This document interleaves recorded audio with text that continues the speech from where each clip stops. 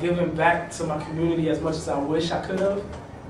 Being that I live in Washington Heights, grew up, was one of those kids you see in the street every day, hanging out with his friends. And until, not one day, but several days, my mother slapped some sense into me. So I haven't gotten back in touch with that other side.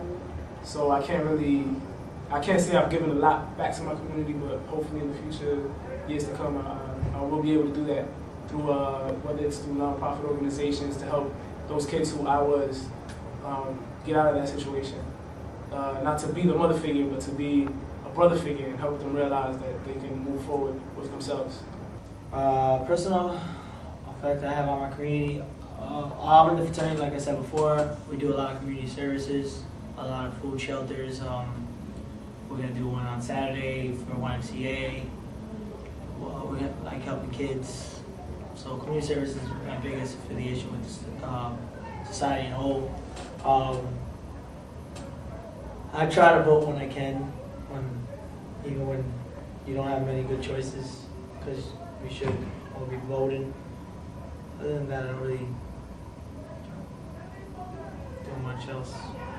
I guess the only community I feel like I'm really a part of, or choose to be a part of, is school, these groups.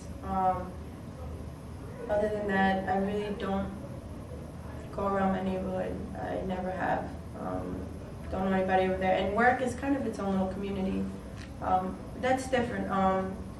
Here, I feel I affected, you know. As soon as I entered Brooklyn College, and I took a course, Puerto Rican and Latino Studies, and that's where I found out about the clubs. And I was like, oh, I have to join. Like, I cannot be on campus and not join one of these clubs. And I did, and I'm always interacting, always doing new workshops and new events. Can you describe your personal connection with your community?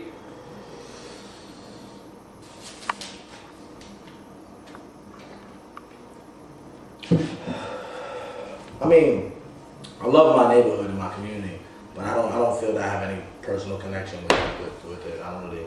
What about a personal connection with like the Puerto Rican community? Not really. I mean, all Puerto Ricans really, if you're Puerto Rican and you see another Puerto Rican, it's automatic respect, automatic love. Most of the time, you know what I'm saying? I'm cool with everybody, black, Spanish, whatever, but there's not many Puerto Ricans that live around here. Okay. Can you describe the different things that disconnect you from the older generations? You know, for example, your grandmother, or you know what I'm saying, or more like people who are maybe born in Puerto Rico, for example. You know what I'm saying? And what you think differentiates you from that? Well, I think what differentiates me from that in the first place is that I don't even speak Spanish. I think if I spoke Spanish, you know what I'm saying, I could be more in touch with my culture. But you know, I don't know. I just wasn't raised speaking Spanish and all. I mean, I don't really know too much about my culture that much as well. You know, not as much as I would love to know. You know what I'm saying? That I try to, but I really don't. You know, I'm just lackadaisical with it.